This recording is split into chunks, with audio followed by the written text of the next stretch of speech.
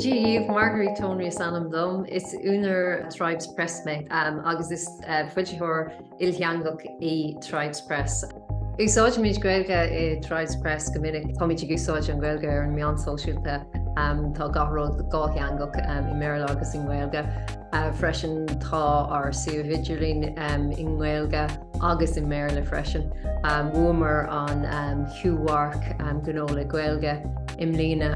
Tá lán buntáistí ar fáil na úsáid an gnó Gailge agus I Tribes Press doscail an Gailge a lándaras dúin an imlína bhí a lán paibliocht leis an Gradam agus margheallar sin lí daoine ar an fuileabhar a foilsiú ó Gailge go Béarla agus ó Béarla go Gailge a aistrií agus a foilsiú.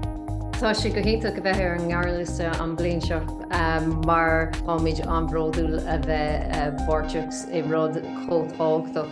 Go n-éirí le gach duine eile go nach gnó eile sa Gradam imlíne agus ban taitneach.